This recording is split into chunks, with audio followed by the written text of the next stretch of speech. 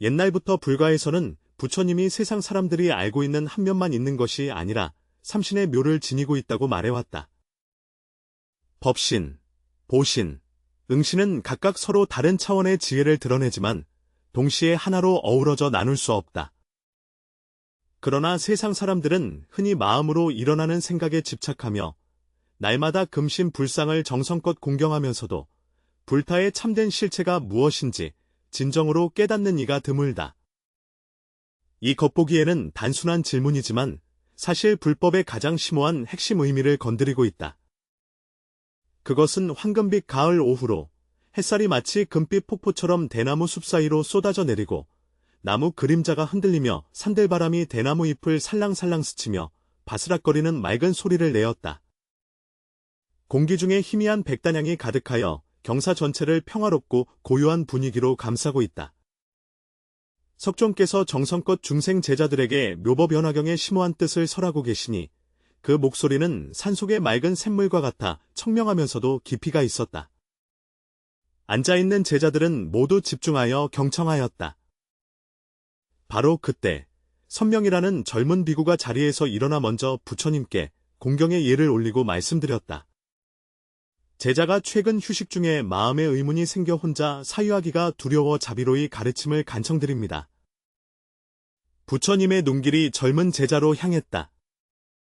그 시선은 봄바람이 얼굴을 스치는 듯 부드럽고 온화하면서도 위엄을 잃지 않았다. 선명아, 무슨 의문이 있거든 편히 말해도 좋다. 선명은 두 손을 모으고 목소리에 약간의 떨림이 섞여 말했다. 석존이시여, 제자는 부처님께서 삼신, 즉 법신, 보신, 응신이 있다고 들었습니다. 삼신설은 제자들을 매우 혼란스럽게 만든다. 만약 부처님께서 삼신을 가지신다면 과연 어느 신이 진정한 부처님이신가? 삼신, 이 모두 있다고 말한다면 왜 경전에서는 부처님께서 정해진 상이 없다고 하시는가? 이 문제는 제자의 마음속에 오랫동안 맴돌며 목에 가시처럼 걸려 풀기 어렵다. 이 말이 떨어지자 경사 내의 분위기는 순식간에 무거워졌고 자리에 많은 제자들이 서로를 시험하듯 긴장하였다. 이 겉으로 보기에는 단순한 문제는 사실 불법의 가장 깊은 심오한 진리를 직접 겨냥하고 있다. 항상 침착하던 석존조차도 어쩔 수 없이 경솔한 태도를 보이며 눈빛은 번개처럼 스승을 향해 쏘아졌고 그의 응답을 기다렸다. 부처님의 얼굴에는 미소가 번져 있었고 눈빛은 가을 맑은 물처럼 맑고 고요하여 전혀 당황한 기색이 없었다. 삼명, 너는 먼저 앉아라. 이 문제는 단지 당신만 의문을 가진 것이 아니라 많은 수행자들도 진정으로 명확히 이해하지 못했습니다. 오늘 내가 질문을 제기했으니 나는 모두에게 함께 의문을 풀어주겠다. 선남자께서 공경이 무릎을 꿇고 본 자리로 돌아가시니 눈에는 기대와 경외심이 가득하였다. 부처님께서 사방을 두루 살피시며 한 사람 한 사람 제자의 얼굴을 훑어보시고 천천히 입을 여셨다. 여러분, 먼저 간단한 질문 하나를 드리겠습니다.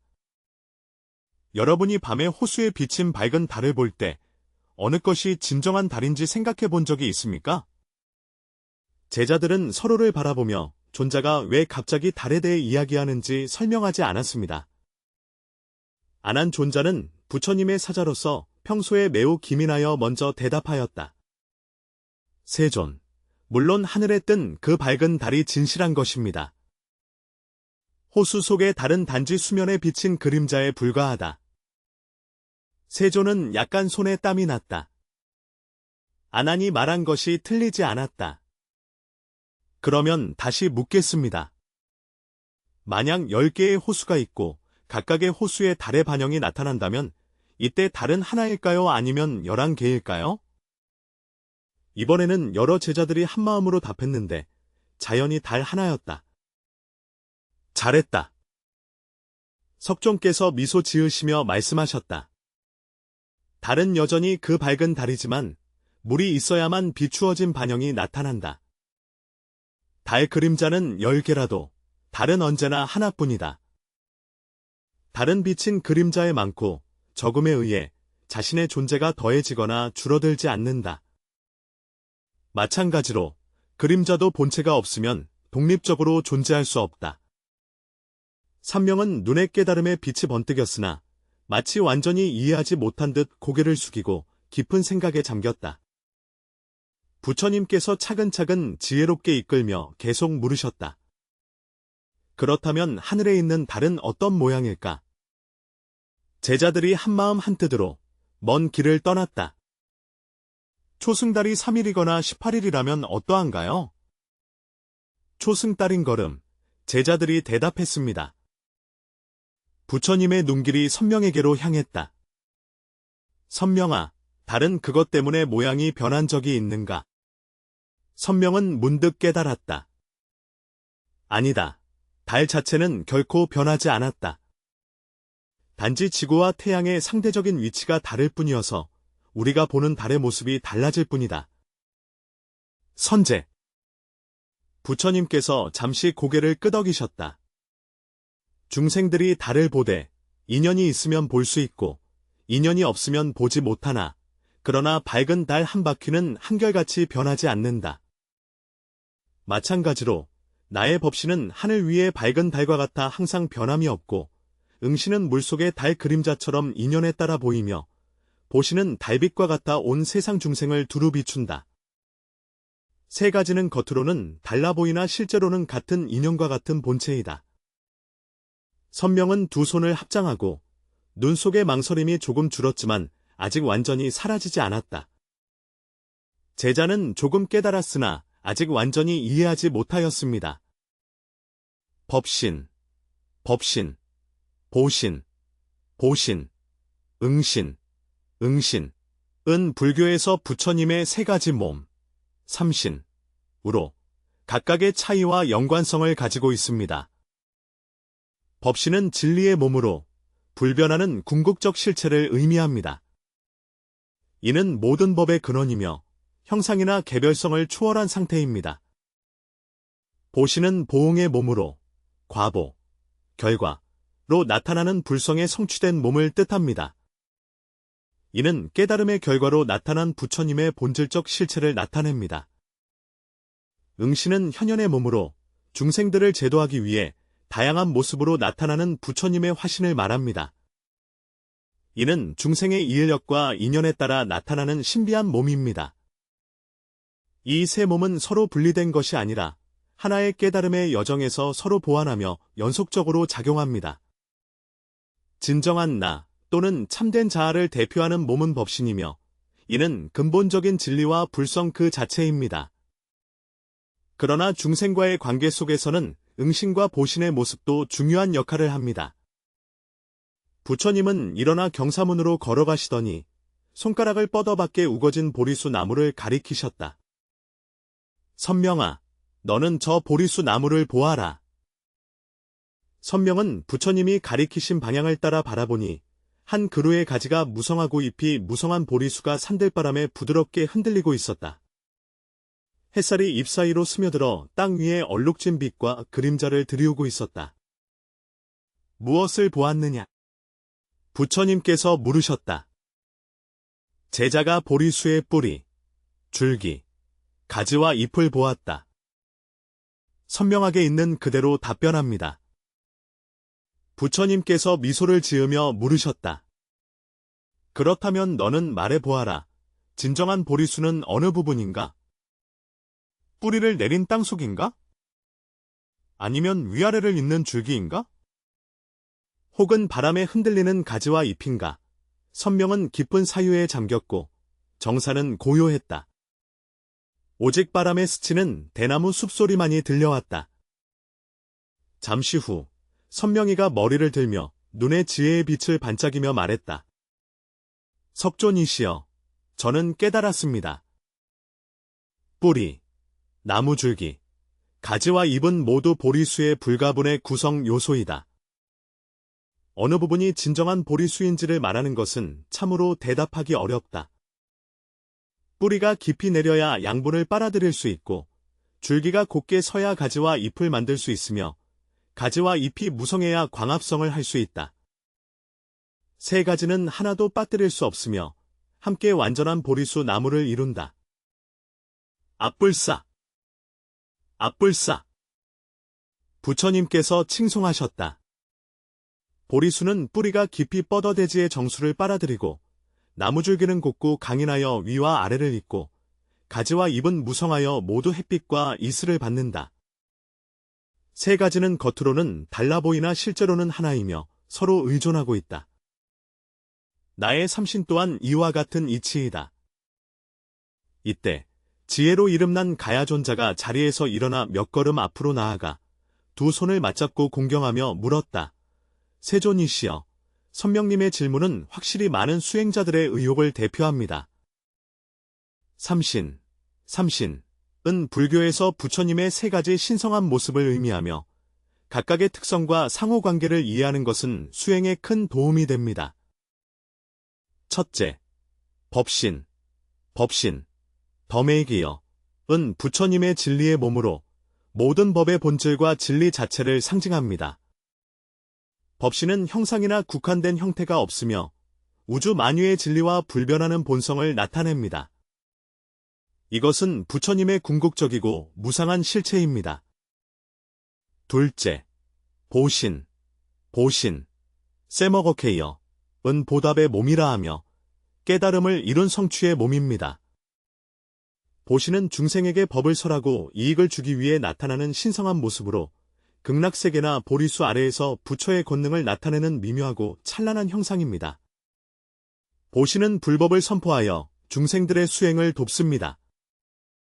셋째, 화신, 니어메이커은 변화의 몸으로서 중생을 교화하기 위하여 중생계에 출현하는 부처님의 현신입니다. 예를 들어 역사상의 석가모니 부처님이 이에 해당합니다. 화신은 개인과 시대에 따라 다양한 모습으로 나타나 중생과 인연을 맺고 불법을 전파합니다. 이 세 신은 각각 독립적인 모습이면서도 서로 긴밀히 연결되어 있습니다. 법신이 근본 진리라면 보신은 그 진리가 중생을 위한 이익과 가르침으로 변용된 모습이며 화신은 구체적인 현신으로 중생과 직접 소통합니다.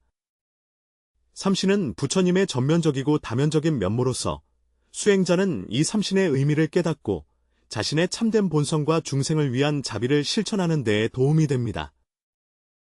부처님의 자비로운 미소, 가정하건대 말씀하신 바가 매우 옳습니다. 삼신설은 실제로 중생들이 이해하기 쉽게 하기 위해 세운 편리한 방편 법문이다.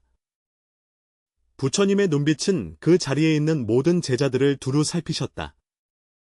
그 눈빛은 마치 시공간의 경계를 관통하여 만법의 진실한 모습을 비추는 듯하였다. 나의 삼신은 세 개의 분리된 개체가 아니라 하나의 일체 안에 있는 세 가지 측면이다. 법신은 모든 곳에 두루 미치며 생멸하지 않으며 우주 만법의 본체이다. 보고신이 장엄하고 더없이 갖추어져 있으며 복덕과 지혜가 완비되어 있어 수행이 완성된 과보가 드러난 것이다. 응신은 인연을 따라 나타나며 중생을 제도하기 위해 나타나는 방편신이다. 선명한 눈빛으로 빛나시는 석존이시여 존귀하신 스승님께서 설하신 삼신의 이치를 제자가 다소 깨달은 듯하나 여전히 깊고 측량하기 어렵게 느껴집니다. 어느 몸이 진정한 부처인가를 묻는다면 나는 어떻게 이해해야 할까? 부처님은 천천히 눈을 감으시더니 잠시 후 다시 뜨시니 그 눈빛은 끝없는 시공간을 꿰뚫는 듯하였다. 선명아, 내가 묻는다. 네가 한 사발에 물을 들었을 때 강물 한 방울과 하천물 한 방울, 비 한 방울을 구별할 수 있느냐? 선명이는 고개를 저었다. 할 수 없다. 물이 한데 합쳐지면 하나가 되어 구별할 수 없기 때문이다. 바로 그렇습니다. 부처님은 평화롭고 확고하시며 나의 삼신은 겉으로는 구별되어 보이나 실제로는 하나의 몸입니다. 법신은 물의 본성과 같아 촉촉하고 형태가 없다. 보고신은 물결과 같아 장엄하게 나타난다. 응신은 물과 같은 형태로 기온에 따라 움직인다. 삼신일체, 삼신일체, 분리할 수 없다. 부처님께서 일어나 경사내에서 천천히 걸으시니 그 한 걸음 한 걸음이 제자들의 마음밥 위를 밟는 듯하였다. 법신은 우주만법의 실상이며 모든 현상의 본체로서 허공에 가득 차 있고 어디에나 존재한다.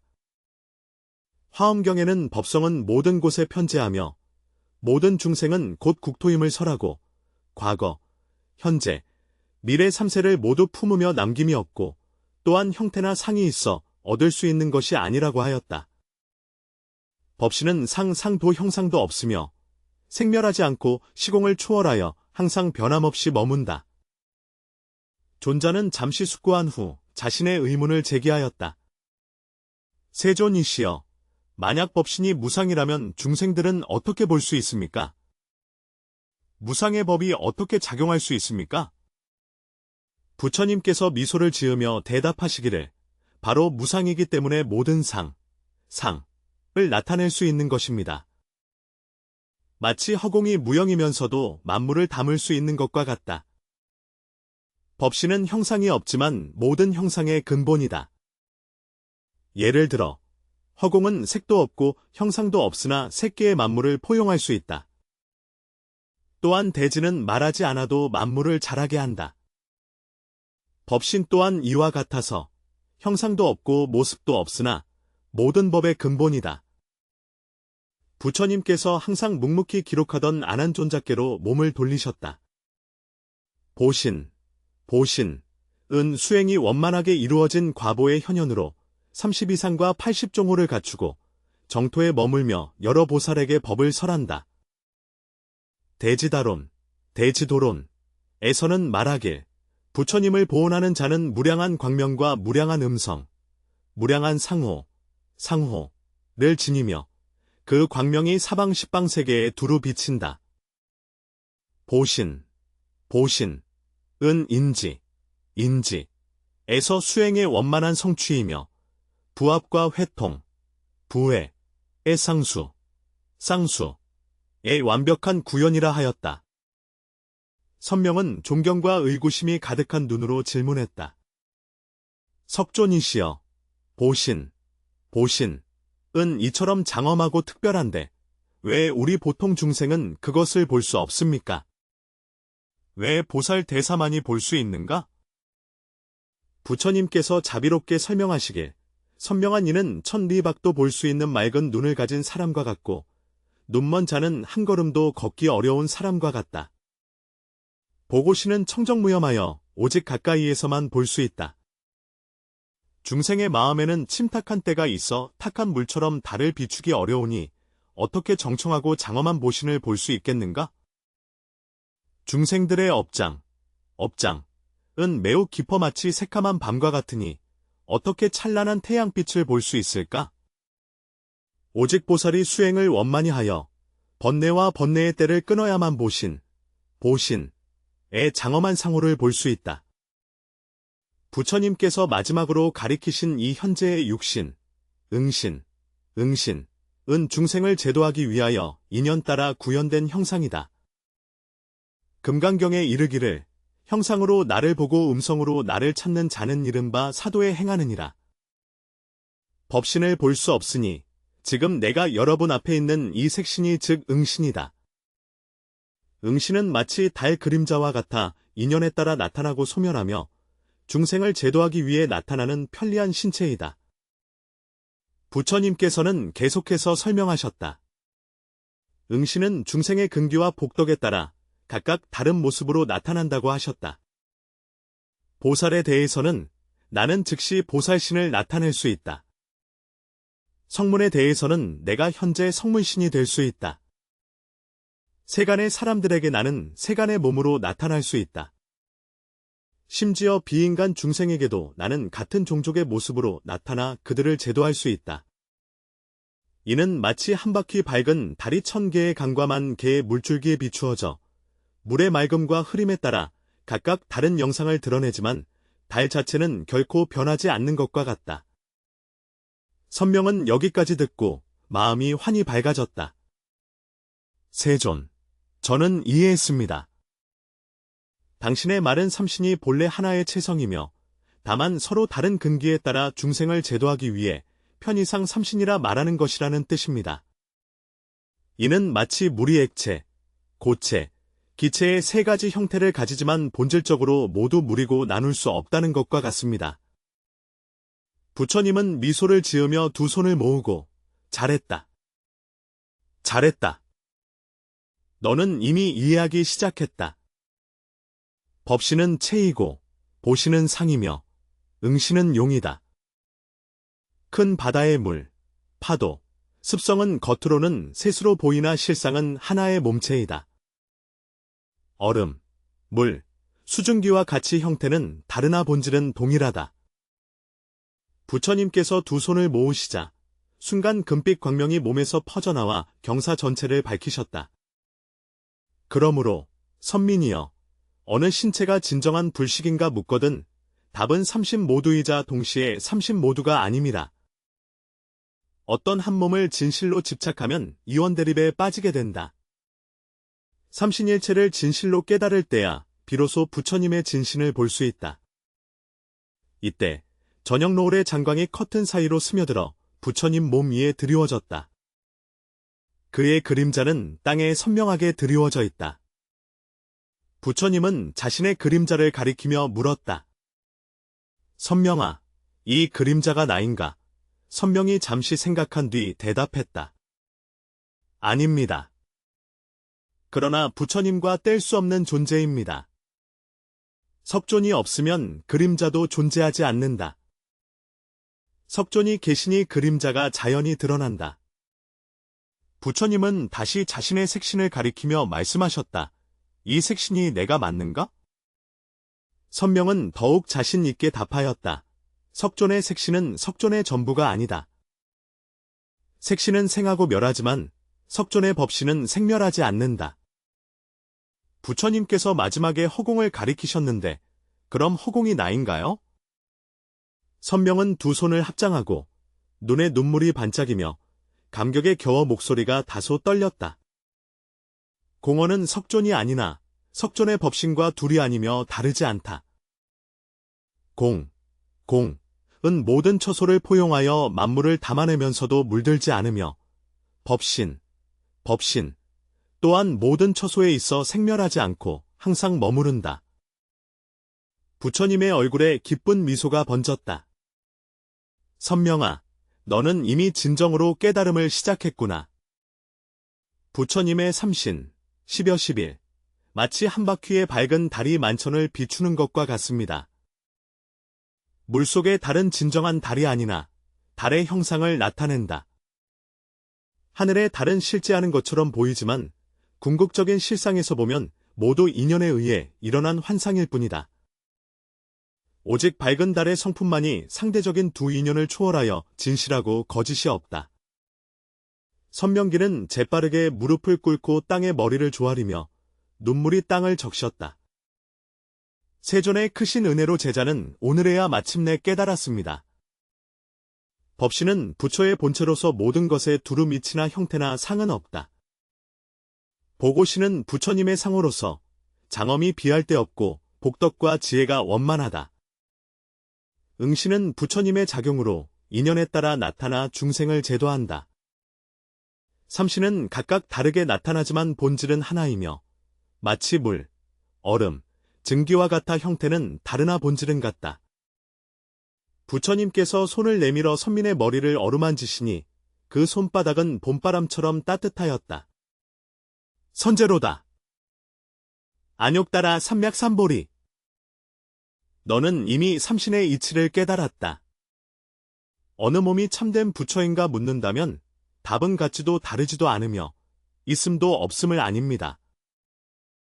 금강경에 이르기를 만일 재상을 상이 아닌 것으로 본다면 곧 열애를 보는 것이다. 중생이 상과 비상의 대립을 초월하여 직접 실상을 본다면 자연히 삼신일체의 이치를 명확히 알게 된다. 부처님께서 사방에 있는 제자들을 두루 살피시며 진심 어린 말씀으로 이르시되 중생들은 상에 미혹되어 성에 집착함으로 오직 나의 응심만을 볼 뿐이다. 보살은 번뇌의 때를 끊어 내 나의 보신을 보며 오직 무상의 보리를 증득한 자만이 칭견 법신할 수 있느니라. 삼신일체는 단지 중생의 근기가 다르기 때문에 다양한 편의설이 있을 뿐이다. 의사가 각기 다른 환자에게 다른 처방을 내리듯이 처방은 달라도 목적은 하나뿐이다. 병을 치료하는 것이다. 경사내의 제자들은 부처님의 이 심오하고도 알기 쉬운 설법을 듣고 담비를 마신 것처럼 마음에 하나의 문이 열렸다. 가사존자는 미소를 지으며 고개를 끄덕였고 눈에는 찬탄이 가득했다. 아난존자는 한마디도 빠뜨리지 않고 부처님의 가르침을 기록하였는데 이는 이 소중한 지혜가 후세에 전해져 무량한 중생들에게 이익이 되게 하기 위함이었다. 이후로 선명적으로는 더 이상 향을 행하는 데 집착하지 않고 삼신일체의 진리를 명확히 깨달아 정진 수행하여 마침내 아라한과를 증득하였다. 그는 수행하는 과정에서 자주 수월의 비유를 사용하여 다른 제자들을 가르치며 부처님의 삼신의 심오한 의미를 이해하도록 도왔다. 이 부처님의 삼신에 관한 뛰어난 설법은 후대의 불제자들이 수행하는 중요한 지침이 되어 무수히 많은 인연 있는 이들을 상대를 초월하여 직접 진리를 증득하고 본래 마음에 갖추어진 부처의 성품을 깨닫게 이끌었다. 부처님께서 말씀하신 바와 같이 형상에 집착하면 진정한 열애를 영원히 볼 수 없고 오직 형상을 초월하여 실상을 직견함으로써만 부처님 삼신일체의 궁극적 진리를 깨달을 수 있다.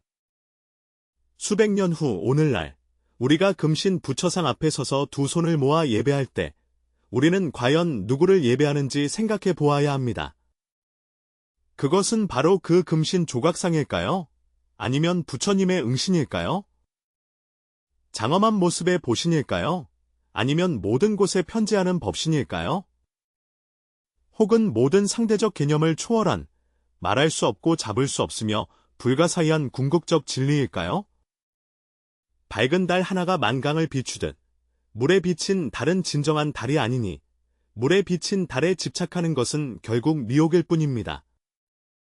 만약 물과 달을 떠나지 않는다면 어떻게 달을 볼 수 있겠는가? 이것이 아마도 부처님의 삼신설의 궁극적인 의미일 것이다. 상상으로 중생을 인도하되 결국 상을 초월하여 무상을 직견하고 삼신설로 집착을 깨뜨려 최종적으로 무신신, 이 바로 열애의 진신임을 밝히는 것이다.